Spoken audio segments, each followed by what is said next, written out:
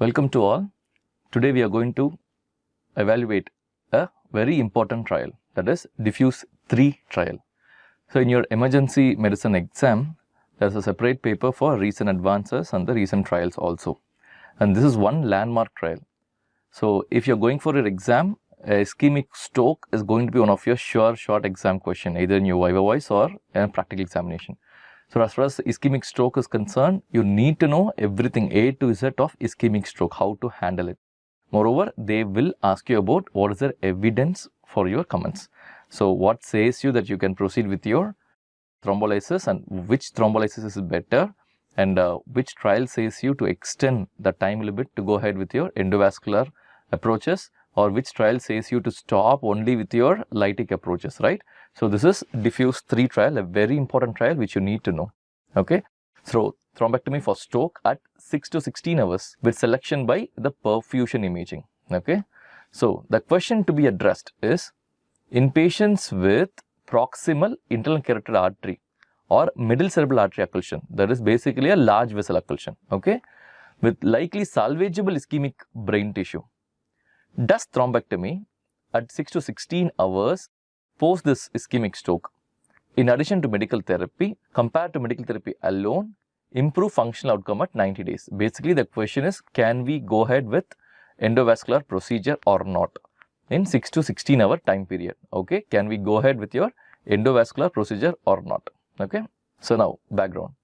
You need to know how this question came into picture. So how it started, what are the trials which gone through this, and how we came up to this, right? So the ischemic stroke is the second most common cause of death worldwide, as well as the third highest cause of disability. The current therapies for stroke consist of the thrombolysis, which you already know, up to 3 to 4.5 hours in selected patients also, following the onset of in selected patients.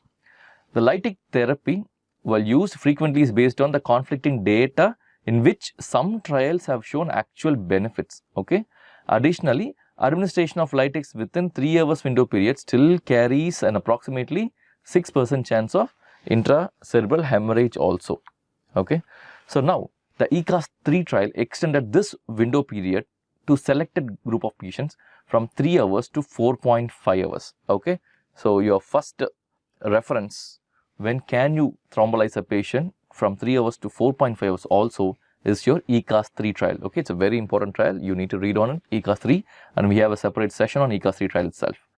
And then 6 studies looking at point times greater than 3 to 4 hours showed either no difference or harm when lytics were administered. That is IST3 DIAS 2. Okay, so greater than 3 to 4 hours, there is no difference, there is no benefit, and there is no harm. Okay. And so still we had some scope in further investigation. Those trials are this: Atlantis A, Atlantis B, ASK, MAST EU and MAST I. All these trials along with the IST3 and DIAS2, all these things eventually had an opinion that there is no much of difference when you use it more than 4 hours. Of course, there is no harm even. So with the emergence of interventional neuroradiology, multiple trials for nearly 13-14 years demonstrated no benefit and no harm when mechanical clot removal or intra-arterial thrombolysis was used in comparison with just pure lytics alone. Okay, on a first hand, either to go for a thrombolysis or a thrombectomy, there was trials from 2013 which showed no benefit and no harm. So still now we are sticking on with up to 4.5 hours post acute ischemic stroke, we can go ahead with thrombolysis as dictated by ECAS 3 trial. Okay, recent evidences has since reversed the thinking of endovascular therapy, beginning with the very important next, apart from the ECAS trial, the next important trial which I want to mention you is here, Mr. Clean trial, that is in 2015, showed improved functional outcome with endovascular therapy, which is performed up to 6 hours post-stroke, right?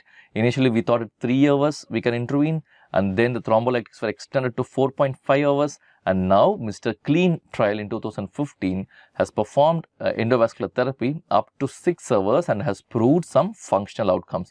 So second trial which you need to remember, the first is ECAS trial and second thing is Mr. Clean trial in 2015, right?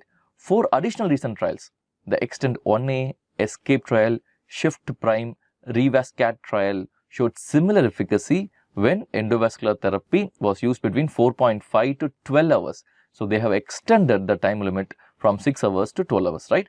Initially, we had thrombolysis till 3 hours. Then ECAS-2 trial said you can go ahead up to 4.5 hours in selected patients. Then your Mr. Clean trial extended the time limit to 6 hours for endovascular therapy. And now there are additional studies which is extending this time limit up to 12 hours also. Okay, all these trials held on only large vessel occlusion patient. Okay, trial that is extended 1A used CT perfusion. So basically, when you're calling your neurosurgeons for a possible endovascular therapy, and the patient is in that 4.5 to 12 hours, of course, there is a time limit you can call till 12 hours. Make sure there is a large vessel occlusion. Only if there is a large vessel occlusion from 4.5 to 12 hours, there is some benefit. Okay. So the current DEFUSE 3, which we are going to speak about, examines the window between 6 to 16 hours using CT perfusion to select candidates which may select the subpopulation likely to gain the most out of it. Okay. So instead of using the large vessel occlusion criteria, now we are going to use the CT criteria, CT perfusion criteria. Okay.